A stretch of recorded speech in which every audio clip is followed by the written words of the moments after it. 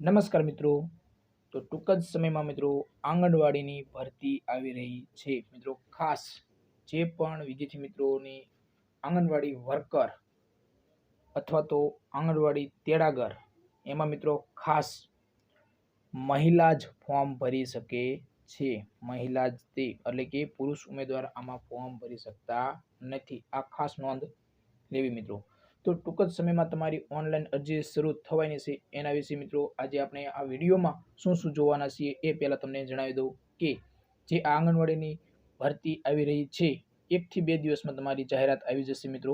તો એમાં આંગણવાડી વર્કરનો પગાર શું રહેશે, આંગણવાડી તેડાગરનો શું પગાર રહેશે, લાયકાત શું રહેશે તમારી, કે કોણ કોણ આમાં ફોર્મ ભરી શકે, અને સૌથી અગત્યનું કે મિત્રો મેરિટ યાદી કઈ રીતે બનશે, તમારી પસંદગી કઈ રીતે કરવામાં આવશે, એ બધી જ માહિતી તમને આ વિડીયોમાં મળી રહેશે.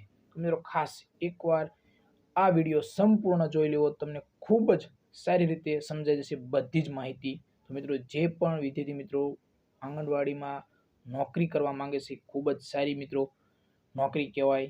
તો મિત્રો ખાસ આજે આપણે આ વિડીયોમાં સંપૂર્ણ માહિતી મેળવીશું. તો વિડીયો એકવાર સંપૂર્ણ જોઈ લેવો.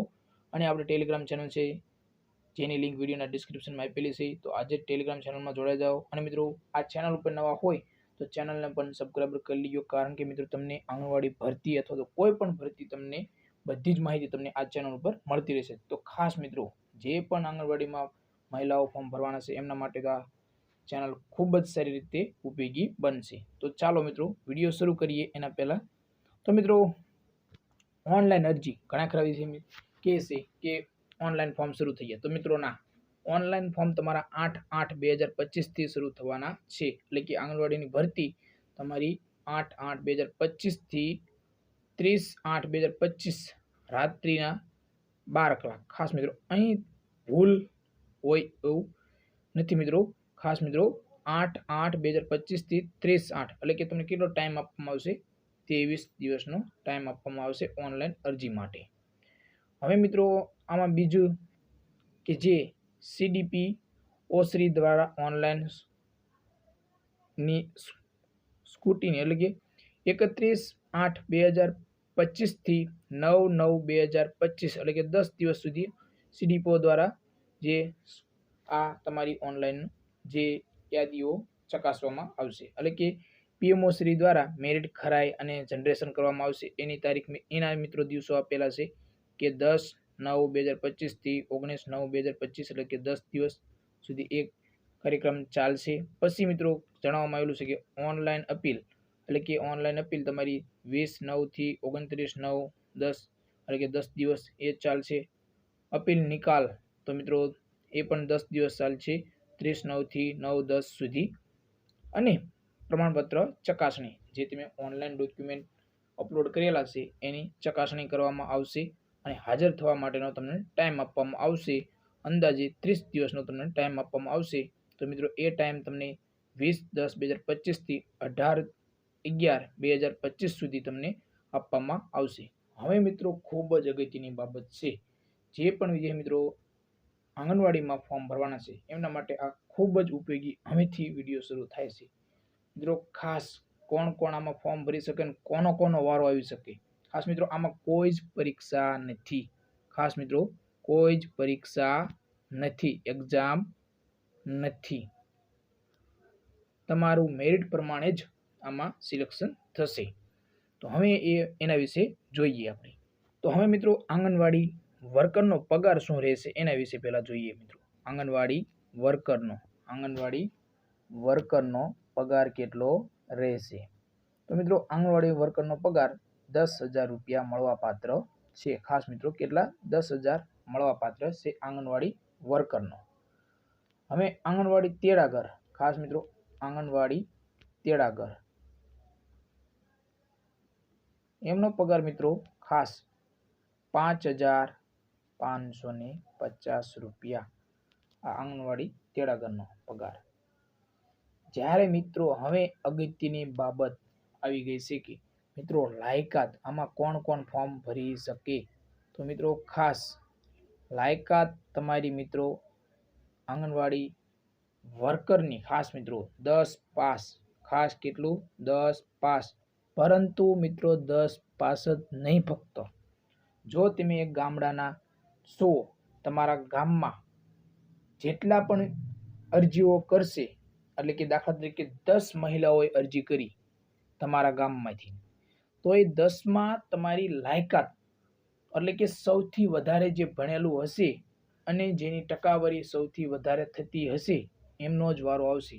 દાખલા તરીકે આપણે ગણીએ કે મિત્રો તમારા ગામમાં 10 ફોર્મ ભરવામાં આવ્યા, એમાં 10 પાસ બધા જ છે, પરંતુ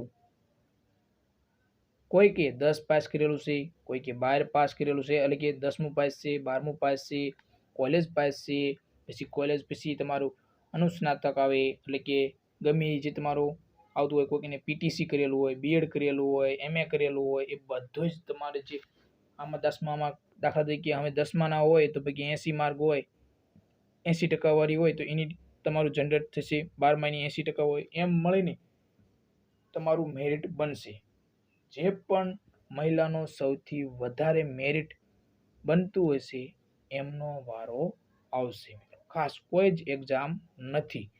હવે 10માના માર્ક કેટલા હશે, 12માના કેટલા હશે, કોલેજના કેટલા રહેશે, પીટીસીના કેટલા રહેશે, એ બધા જ મિત્રો તમને હું બીજો વિડીયો બનાવીને લાવીશ તમારા માટે. જો તમે કોમેન્ટ કરશો કે 10માના આપણે કેટલા માર્ક ગણાશે, 12માના કેટલા ગણાશે, કોલેજના કેટલા ગણાશે, પીટીસીના કેટલા ગણાશે, બીએડના કેટલા ગણાશે, એમએના કેટલા ગણાશે, એમકોમના કેટલા ગણાશે, એ બધી જ મિત્રો હું તમારે ટૂંક જ સમયમાં તમારા માટે જો તમે કોમેન્ટ કરશો કે ના અમારે જોઈએ છે કે કેટલા માર્ક 10માના ગણાય, કેટલા 12માના ગણાય, તો એના પણ હું તમારા માટે વિડીયો લાવીશ.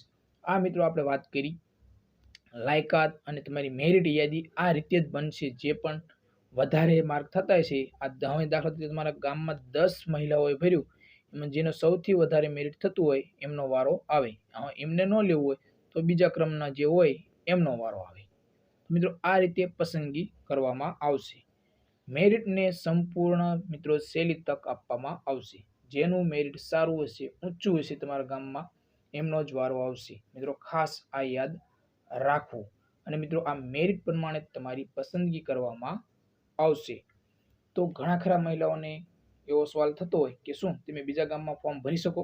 તો ના મિત્રો, કોઈ જ બીજા ગામમાં ફોર્મ ભરી શકે નહીં. પોતાના ગામના વતની હોવા જોઈએ. આ ખાસ યાદ રાખવું. કોઈ મહિલા બીજા ગામમાં અથવા તો બીજા શહેરમાં ફોર્મ ભરી શકે નહીં. એ પોતે ત્યાં એ ગામમાં વસવાટ કરતા હોવા જોઈએ. તો એ વસવાટ જો પોતાના ગામમાં કરતા હોય તો જ એ ફોર્મ ભરી શકે. મિત્રો ખાસ એવું બની શકે કે તમે કોઈ ગામના હોય અને પછી તમે 5 વર્ષથી બીજા ગામમાં હોય અને તમારા ડોક્યુમેન્ટ એ ગામના બની ગયેલા હોય બધા જ, તો મિત્રો ખાસ તમે એ ગામમાં પણ ફોર્મ ભરી શકો. જે ગામમાં તમારે, અને એક અગત્યની બાબત, જો તમારા ગામમાં જગ્યા ખાલી હશે તો જ તમે અપ્લાય કરી શકશો. બાકી તમારા ગામમાં ઓનલાઈન ફોર્મ ખાસ મિત્રો ફિલઅપ કરવામાં આવશે નહીં. આ બાબત યાદ રાખવું કે તમારા ગામની તો જગ્યા બતાવશે નહીં. ખાસ જગ્યા ખાલી હશે તો જ તમારા ગામમાં આંગણવાડી વર્કર અને આંગણવાડી તેડાગરની જગ્યા હશે, નહીંતર તમારા ગામમાં ફોર્મ ભરાશે નહીં. મિત્રો આ બધી જ માહિતી આપણે બાબતની ચર્ચા કરી લીધી. હવે ઘણા ખરા વિદ્યાર્થી મિત્રોને પ્રશ્ન થતો હોય કે આ આપણે જે રહેઠાણનો દાખલો એક તમને માંગશે મિત્રો, કે તમે કેટલા સમયથી તમારા ગામમાં તમે વસવાટ કરો છો, તો એનો દાખલો પણ તમને ક્યાંથી મળશે? તો મિત્રો જણાવી દઉં, તાલુકા પંચાયત આપણી હોય, તાલુકા પંચાયતમાંથી તમને આ દાખલો મળી જાય. ખાસ તાલુકા પંચાયતે જઈને તમારે આ દાખલો કઢવી લેવાનો તમારા રહેઠાણનો. ખાસ મિત્રો તો આ બધી જ માહિતી તમને આપણે આ ચેનલમાં જણાવ્યું. હવે જો કોઈ પ્રશ્ન થતો હોય ને તમે મિત્રો ખાસ તમે કોમેન્ટ બોક્સમાં જઈને કોમેન્ટ કરશો ને, એટલે આપણે એના વિશે પણ વિડીયો લાવશું. અને જો મેરિટ યાદી કઈ રીતે બને એનો વિડીયો તમારે જોતો હોય તો મિત્રો ખાસ કોમેન્ટ કરજો. તમને મેરિટ યાદીનો પણ કઈ રીતે તમારું મેરિટ બનશે, 10માના, 12માના, કોલેજના, પીટીસીના, બીએડના, એ બધું જ આપણે તમને સમજાવશું. તો જય હિન્દ મિત્રો.